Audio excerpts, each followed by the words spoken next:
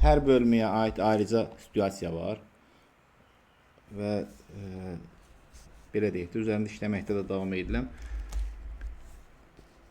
Müntəzəm olaraq işləyəsiniz bu situasiyalar ki, sizi belə deyək də, praktiki olaraq və məntiqi olaraq sizi tam imtahana hazırlaya bilsin ki, görə biləsiniz nə var, nə yox. Bu sualda bizə nə deyir?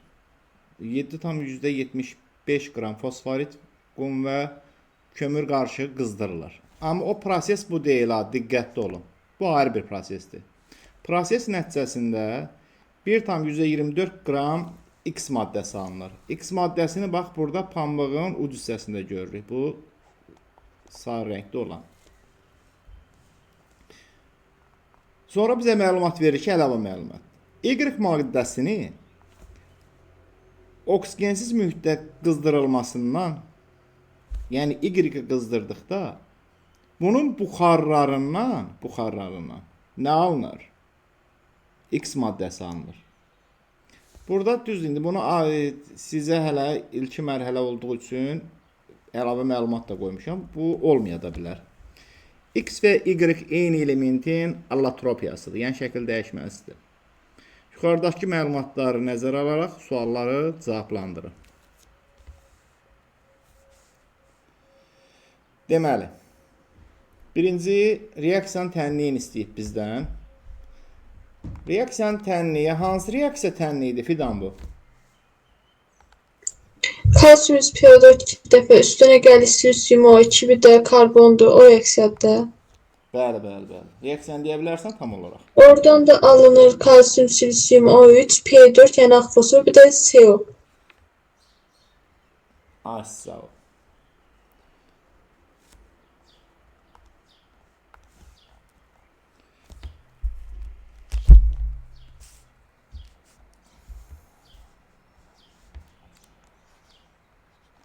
Biz fosforit mineralının əsas tərkib hissəsinin kalsium ortofosfat olduğunu bilirdik.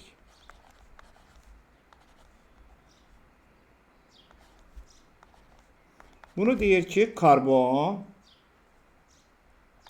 və qum qarışığında qızdırılır. Karbon bilirik də kömürdür. Qum isə əsas tərkib hissəsi silisium 4 oksiddir. Buradan biz alırdıq kalsium silisium O3 fosfor və karbon monoksid. Reaksiya tənliyi ilə misallaşdırmaq təbii ki lazımdır. Burada karbon 5 dənə, silisium 3 dənə,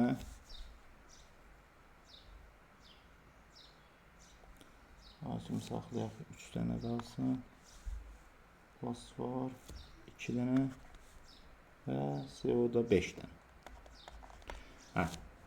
Bu reaksiya tənliyi. Burada biz baxırıq ki, alınan məhsullardan allotropiyası olan yalnız hansıdır? Fosfordur. Doğrudur mu?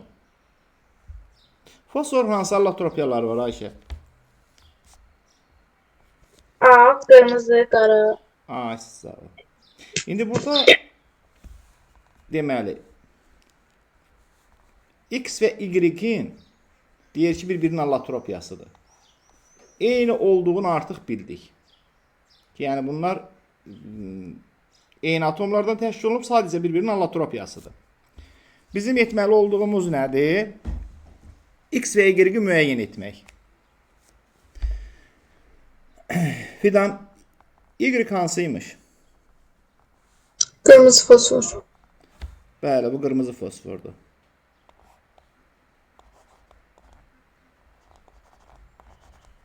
Qırmızı fosfor. Və X? Ağ fosfor. Bəli, ağ fosfor. Dərs izahında da demişdik ki, deməli, qırmızı fosforu qızdırdıqda o sublimasiya edir. Və onun buxarları təbii ki, kondensasiya etdikdə bu pambığın üzərində toplanır. Kondensasiya etdiyə soyduqda ağ fosfora çevrilirdi.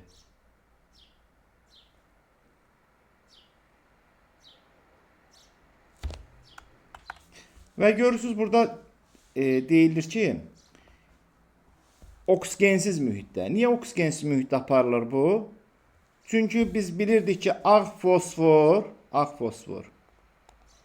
yəni P4 cəmi 44 dərəcə temperaturda alovlanırdı. Yəni havanın oksigenlə reaksiyaya daxil olurdu. Bizdə indi bu belədir. Bizə başqa bir məlumatda soruşa bilər ki, alovlama temperaturlarının müqayisəsini istəyə bilər. İndi o məqamlara da toxunarıq. Ümumiyyətcə bunların içərisində qara,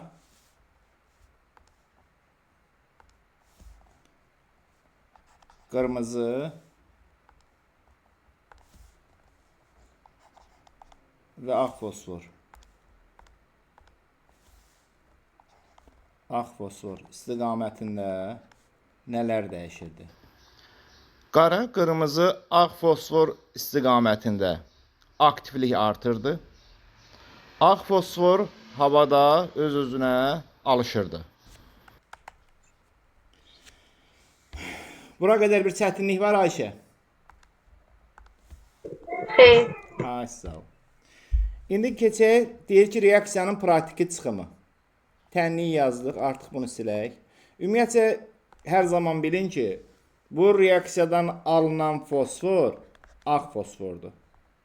Yaxşı, bu reaksiyadan alınan fosfor ağ fosfordur. Reaksiyanın praktiki çıxımını.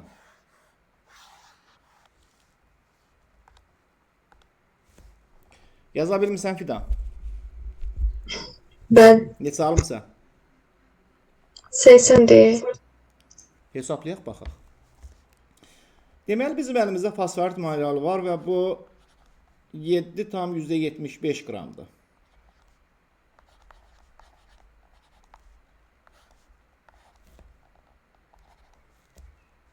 Sizə mən öyrətmişəm ki, əgər fosfor alırsınızsa, qısa yazın. Fosforitin içərisində baxırsınız ki, 1 molunda 2 mol fosfor var. O zaman birbaşa yaza bilərsən, 2 mol fosfor yaza bilərsən. Bax, bu tip suallarda nə edəyəsən? Sənə deyir ki, bu qədər miqdardan bu qədər fosfor almışam. Və praktiki çıxım istəyirsə, bunu qoy kənara. Bax, bu o aldığın qoy kənara. Sən özün hesablama apar gör. 7,75 qramdan nə qədər fosfor alarsan, bilmirsən. Yəni, sən nəzəri olaraq hesablayırsan. 7,75 qram fosforit mineralından x qram alırsan. Və bu fosforitin özünün emeri isə 310'dur. Buradan isə fosforun da nisbi atom kütləsi 31'dir. Buradan hesablayırsan ki, deməli, bu da 62'ye bərabərdir. Buradan ikisi tapırıq. 151. Bəli, x'imiz burada elədi 1,55 qram. Deməli, biz nəzəri olaraq 7,75 qram fosforitdən 1,55 qram fosfor almalıydıq. Amma bu deyir ki, 1,24 qram alınıbdır. Reaksiyanın praktiki çıxımını hesablayın. Artıq hər şey aydındır. Biz öz tapdığımıza, yəni nəzəri olana 100% deyəsik.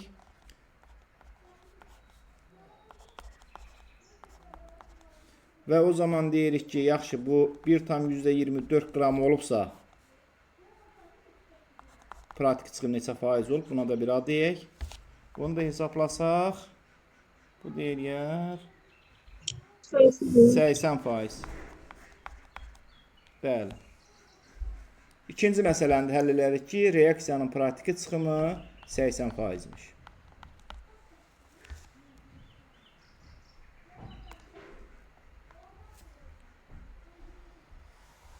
Gəldik sonuncu məqama. X və Y-in sıxlıqları müqayisə edin.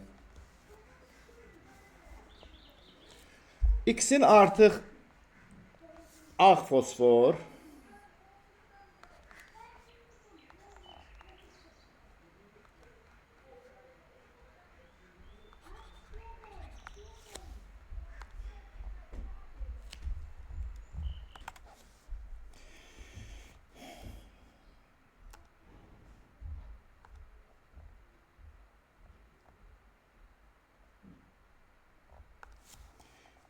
Y-in isə qırmızı fosfor olduğunu bildik.